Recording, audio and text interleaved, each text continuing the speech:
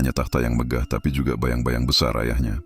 Tak ada satu langkah pun yang dapat diambil tanpa dibandingkan dengan Mehmed sang penakluk.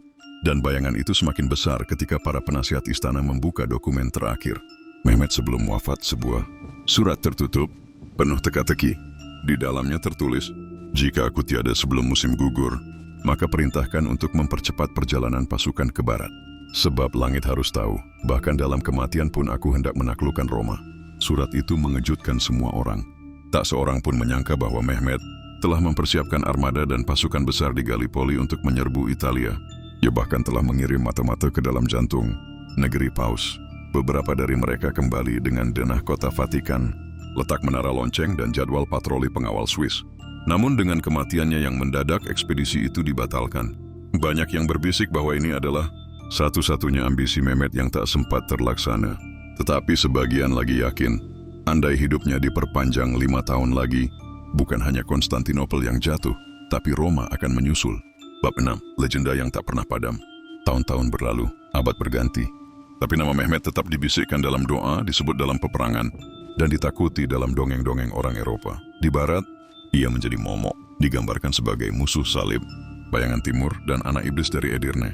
Tapi di timur, ia adalah singa Allah, pelindung ilmu, dan raja penakluk dua dunia. Bahkan dalam dunia Kristen sendiri, sejumlah pemimpin gereja mengakui keadilan dan kebijakan Mehmed. Seorang patriark Yunani pernah menulis, ia merobohkan tembok-tembok Konstantinopel, tapi membangun tembok-tembok keadilan yang jauh lebih tinggi daripada kaisar-kaisar kita. Di dalam istananya, Mehmed menyimpan lukisan-lukisan, karya pelukis Italia dan peta-peta dunia yang ia kumpulkan dari Genoa dan Venesia. Ia bahkan memiliki perpustakaan pribadi berisi manuskrip klasik Yunani dan India. Ia tahu bahwa kekuatan sejati tak hanya datang dari pedang tapi dari pena. Bab 7. Dalam mimpi rakyatnya.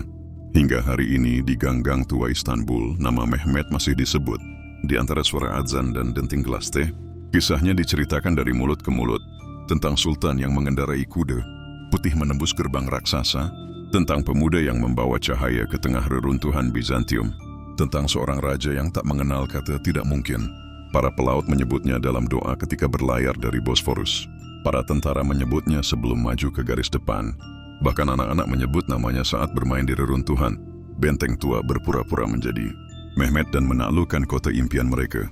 Dan setiap kali matahari pagi menyinari menara Hagia Sophia, bayangan Mehmed terasa hadir. Bukan sebagai roh yang gentayangan, tapi sebagai warisan hidup dari keberanian, visi dan tekad.